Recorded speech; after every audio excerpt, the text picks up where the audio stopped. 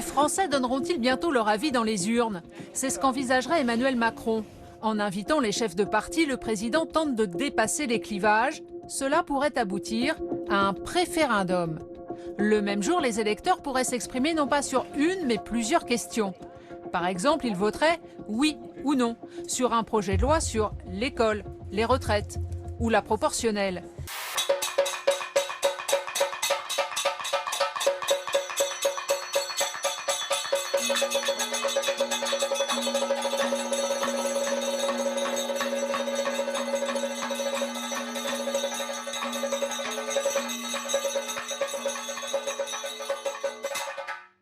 Chaque camp va proposer ses sujets. Le Rassemblement national a déjà fait savoir qu'il voulait un référendum sur l'immigration.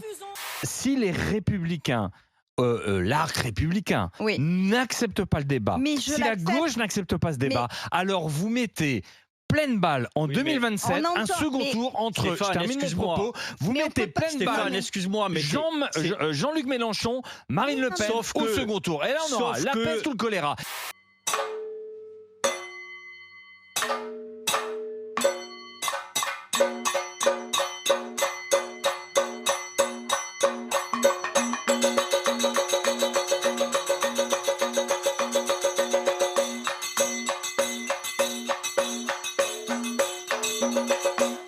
C'est un ministre au milieu du chaos. Éric Dupond-Moretti, le visage fermé, est venu ce lundi constater les nombreux dégâts dans le tribunal d'Aurillac. Des actes que le ministre de la Justice ne veut pas voir impunis. Aucune cause ne justifie que des crétins décérébrés viennent brûler une juridiction. C'était le pire endroit et le pire moment pour pousser à fond sa Ferrari. Un champ de maïs fauché du Texas par 46 degrés. Et ce youtubeur américain va vite s'en rendre compte. La paille a pris feu, avec elle son bolide à 400 000 $ et le minivan de location. Le vidéaste affirme qu'il s'agit d'un accident et non pas d'une mise en scène. Après l'intervention des pompiers, ne lui reste plus qu'un petit souvenir de sa voiture.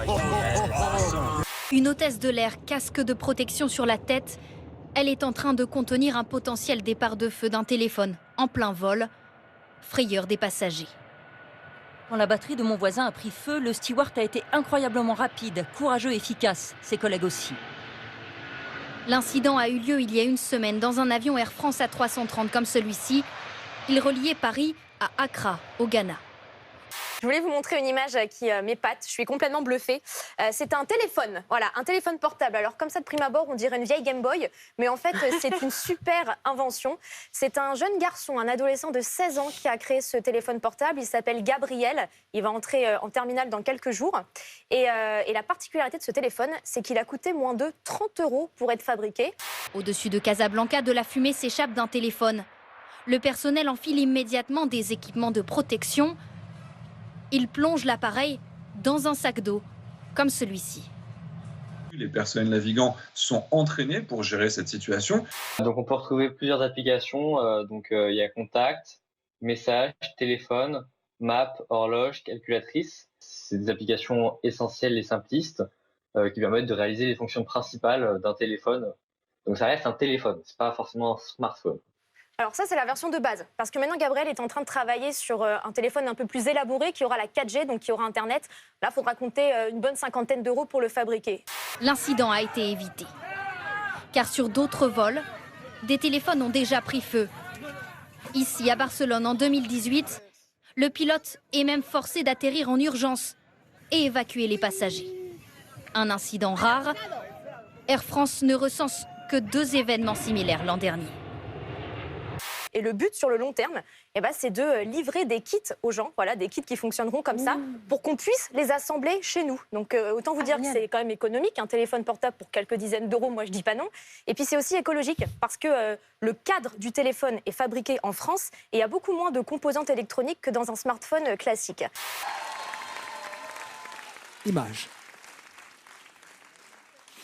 Les images arrivent dans quelques instants parce qu'elles traversent le périphérique. On les a. Est-ce qu'elles sont prêtes? Le temps pour moi de vous raconter une petite blague. Pète et répète sont dans un bateau, pète tombe à l'eau, qui est-ce qui reste? Cette question a été posée au président Macron. Écoutez sa réponse. Si Pète est tombé à l'eau, il ne reste plus que Répète sur le bateau, évidemment. Mais bon, j'espère qu'ils avaient des gilets de sauvetage, parce que la sécurité, c'est important, même pour les blagues. Quelle est la différence entre un renard et une belette? Il ne peut ni voler. Oui, c'est pareil. Elle est nulle. Merci beaucoup de votre accueil. Merci. Est-ce qu'on est prêt? Alors, je vais demander l'heure à Calogero. Bonsoir, Calogero. J'ai une vanne sur les maths, je la fais tout de suite, je l'adore. Vous savez qu'il existe 3 types de personnes, ceux qui savent compter et ceux qui savent pas compter. Très bien, merci. Je vous laisse un peu de temps pour chez vous. Voilà. Ça me laisse bouche bée. C'est vrai, je vois ça. Littéralement sans voix.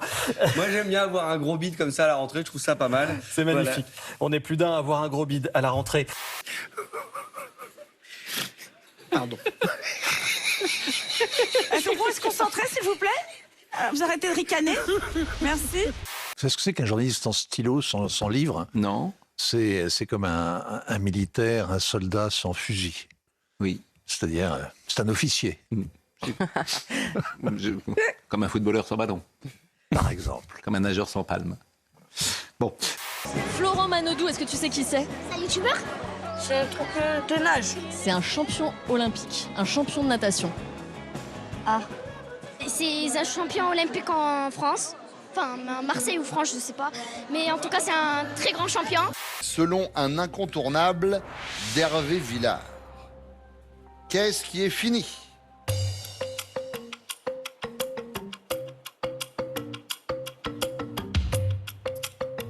La vie. On ne lui souhaite pas, bien entendu. Capri, Ah. c'est fini. C'est fini.